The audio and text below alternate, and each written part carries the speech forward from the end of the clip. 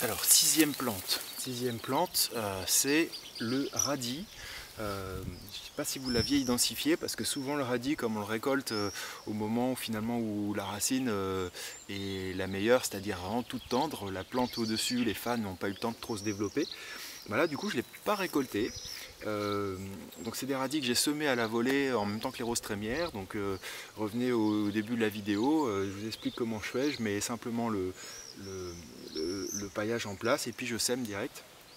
Voilà, à la volée. Et en fait, bon, c'est toutes sortes de radis. J'ai mis du radis noir, du radis rouge, enfin bref, bon, peu importe en fait. Euh, L'intérêt, c'est que au lieu de récolter la racine jeune, en laissant pousser comme ça, bon, déjà vous allez avoir une floraison assez précoce pour celles qui auront poussé avant l'hiver. Donc ça va attirer les pollinisateurs de manière assez précoce dans la saison. Et puis, vous voyez qu'en fait, euh, voilà, tout ça, bon, c'est un seul pied de radis. Voilà. En fait, tout ça, ça fait des cosses de graines qui vont partir. Donc là, c'est la fin de saison. On va prendre ici. Voilà, il y a encore quelques petites fleurs. La fin de leur croissance ici. Mériter un peu le repos. Donc en fait, en bout de tige, vous allez voir, il y a les fleurs. Après, il y a des cosses très petites, très jeunes.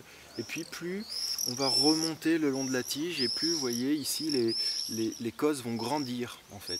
Et à un moment donné, elles vont arriver à leur taille maximum. Et après ça seulement, elles vont commencer à se lignifier, à devenir un peu coriaces. Et en fait, il va falloir simplement tâter comme ça. Hop, là je tâte et je sens qu'elle est encore un petit peu molle. Et en fait, ben, du coup, elle est comestible. Elle est fondante en bouche, elle a le goût du radis.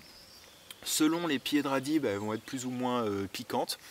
C'est comme un petit radis, hein, c'est un peu la surprise. Mais ça a un goût de radis, c'est légèrement différent, mais c'est vraiment pas loin. Et en fait, au lieu de récolter un radis sur un pied, vous allez pouvoir récolter des saladiers de radis. Ça, si j'avais vraiment été là pour récolter dès qu'il y avait des choses qui sortaient, du coup j'aurais eu peut-être 2 ou 3 saladiers de cosses de radis. Donc j'ai fait le test ici avec les voisins qui ne sont pas du tout habitués à ce genre de récolte-là. C'est les anciens donc qui sont peut-être un petit peu ouverts, mais voilà, du coup ça les a un peu interloqués, mais en fait ils ont trouvé ça très bon. Il n'y a vraiment pas eu de souci avec. Donc voilà, moi je les ai pas tous récoltés, on en a récolté pas mal, on a fait des lactofermentations aussi, je vous donnerai les résultats pour voir ce que ça donne. Et en fait, le truc c'est que comme je crée pas mal de haies tout autour de chez moi, puisque le projet est en cours de lancement, là ça fait qu'un an qu'on est là, du coup tout ça, ça va me permettre de ressemer un petit peu partout dès que je vais refaire des nouvelles haies. Donc en fait, quand elles sont, on sait que c'est bon, qu'il faut les récolter, quand les cosses elles sont devenues toutes jaunes. Le pied il a commencé vraiment à sécher et là on voit que du coup si on les laisse en place, bon ça va se ressemer quand même pas mal, mais si on les laisse en place trop longtemps, on va avoir pas mal de pertes à cause des insectes qui vont manger les graines. Moi je préfère les récolter et après je pourrais m'en servir autant que je voudrais. Voilà pour le radis. L'intérêt c'est que ça se ressème tout seul, ça fait énormément à manger et en cours de saison, si je veux, je peux tailler la moitié des branches pour éviter d'avoir toutes ces graines là. Là j'avais un petit peu de place et pas grand chose qui poussait autour, donc du coup je les ai laissés s'épanouir, mais en fait on peut éventuellement couper quasiment la moitié du plant et puis lui il va touffer, ça va l'obliger à s'épaissir un petit peu. Ça leur fait pas de mal du tout, ils apprécient sans problème, ils continuent de grandir sans problème.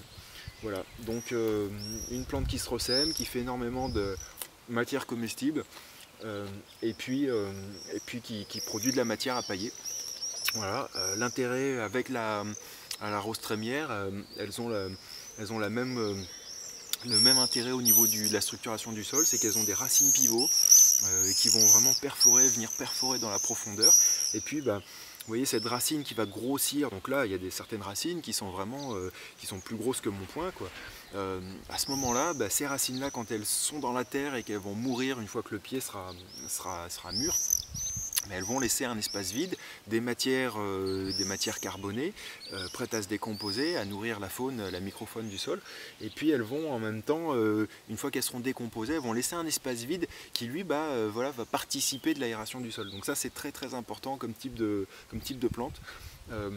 après avoir à vérifier, mais il me semble que les crucifères, donc la famille dont fait partie les radis, les navets, les choux, choses comme ça, sont assez bons pour stocker le phosphore, il me semble. En tout cas, je sais que c'est une famille intéressante comme engrais vert. Voilà, voilà pour le radis.